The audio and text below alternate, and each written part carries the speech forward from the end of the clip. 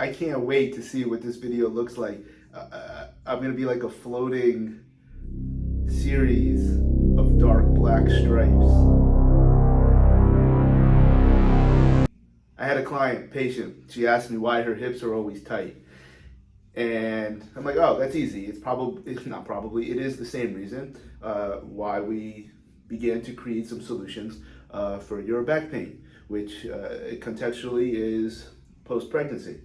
So obviously we see a lot of women that will have radiating symptoms, lower back pain, etc., with this significant anterior load carriage. I think you'll see it in a lot of other folks, anterior load carriage, maybe carrying baby in the front, in the backpack here, so baby can see where they're going when taking a walk with mom and dad. Certainly in heavy lifting, look up, arch, arch, arch, arch, arch, hammering the lumbar spine, creating lots of irritation and maybe concomitant pathology. But what's the most important, the undesirable thing that's happening in that case is this open scissors posture.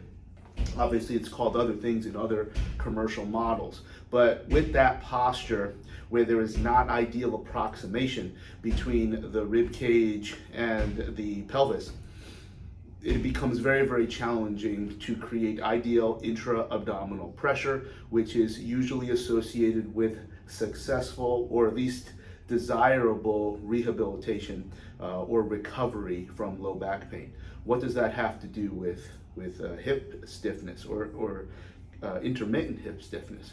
Because as she's asking me, and we're mobilizing a little bit to begin the treatment before she did everything on her own, see, your hips aren't tight right now, and they certainly don't feel tight to my hands. She, yeah, why is that? Well, here's the thing, and this goes back to maybe a broader concept where in terms of information being disseminated on social media, this is stuff that a lot of people talked about like almost 10, 12, 8, 15 years ago, but don't talk about it as much now, or maybe I just don't see it because it's not a topic that has changed over time, and it's not one that really gets you excited. Man, this is gonna really revolutionize how we're looking at things, but it doesn't make it any less important. Where when we do ideally approximate the rib cage and the pelvis, and we can achieve ideal intra-abdominal pressure, the pelvis is left in a position to interact with the hips in this very, very mobile and very, very potentially controlled environment. But when the pelvis is forward, because the ribs are up, because your back is arched, and that also feeds into a sympathetically driven posture, the pelvis is no longer controlled as well by the pelvic floor or the multifidus interacting with the transverse abdominis, interacting with the diaphragm. So what can control the pelvis? The musculature of the hips that attaches to the pelvis. And we've got a whole lot, here, where we have all the glutes, you have your 6 external rotators, you've got the rectus femoris at the AIIS, you've got the TFL and the sartorius. Lots of these muscles can become tensioned to maintain some kind of stabilization through the pelvis, so then you can get your action through the hip. Well, I went on to, that's not how I explained it to her. I said, think of when your back started to feel better, and why laying on your back initially is our position, because you don't have to control much, and the flatness of the table gives you a good cue to not have to do this. This feels weird when you're lying down. It may not feel very weird when you're standing. And as we learned and cued how to breathe in this ideal fashion, nothing to do with how the lungs and the bronchioles, et cetera, are working. The air exchange is not a significant part of this per se, but rather using the diaphragm to initiate that process. Think of it like a parachute. When you're jumping out of a plane, and just visualize it, even if you've never done it. When you jump out of the plane, the first thing that tightens is the parachute fabric, but only when there's enough air underneath it.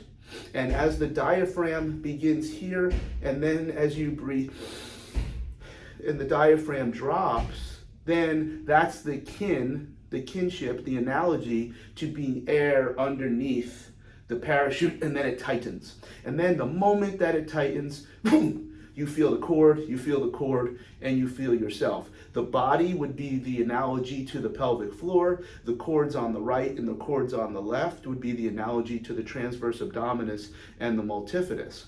And that, then, the fellow or young lady parachuting, skydiving, can use the cords to manipulate. So when you have that, you can use the hips as well as the T-spine to manipulate movement in a very coordinated and efficient pattern. It doesn't mean that you can't do it at all. You're just probably going to pay a little bit more of a price, which is what brought that young lady into the office to begin with for her back pain.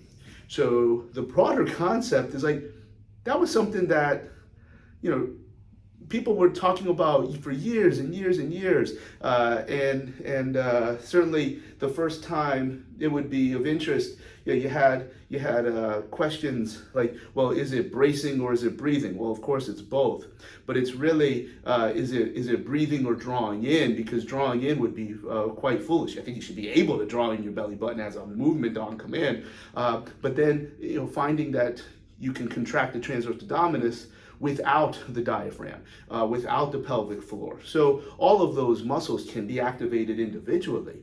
But when the diaphragm begins, just like when the air comes under the parachute, boom, then the others reflexively contract without significant volitional need. That was something they talked about a long time ago, and you don't seem to talk about it as much, or again, like I said before, maybe we're just not looking. So keep in mind that I was glad to be able to put this together, because even though it may not be really interesting or cool to me, there's people that probably are at that stage where maybe others were 10, 15 years ago, and that's where they're at now. And because that particular piece of information hasn't changed, it's important sometimes to go backwards to things like the joint by joint theory, or understanding the inner core versus the outer core, understanding the question between bracing and drawing in, and breathing, et cetera, et cetera. I'm sure there's lots of topics that really can help make a lot of sense that maybe we just don't talk about it as much. But I think it's important that every once in a while we get back to something that was old and maybe now new again. So, certainly older, significant legends of things like leprechauns, particularly in the Mobile area. If you happen to see any leprechauns, say yeah.